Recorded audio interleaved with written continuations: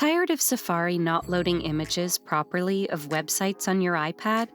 Worry not, as in this video, we're going to fix it. First of all, basic fix. Force quit Safari on your iPad and try relaunching it. The process? Pretty simple. Double-click the Home button or swipe up from the bottom of the screen on newer iPads to access the app switcher. Swipe up on the Safari preview to close it. Then reopen Safari and load any website to see if the images are loading properly. Next, you should check for image blocking settings and disable them if enabled. To do that, open Settings on your iPad and navigate to Safari. Now, just ensure that the Block Pop-ups and Redirect toggle is turned off.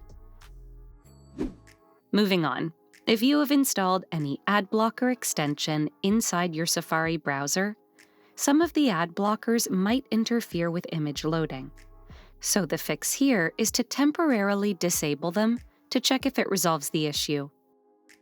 In some rare cases, you may need to clear Safari history and web data. To do that, open Settings on your iPad and navigate to Safari. Now tap on Clear History and Website Data. Confirm your decision and restart Safari after this. Try loading any web page, and hopefully the app should be loading images now. And well, that's it. If you like this guide, make sure to follow and subscribe to Guiding Tech for more tutorials for your iPad and other tech products. And make sure to check out one of these videos we think you might enjoy.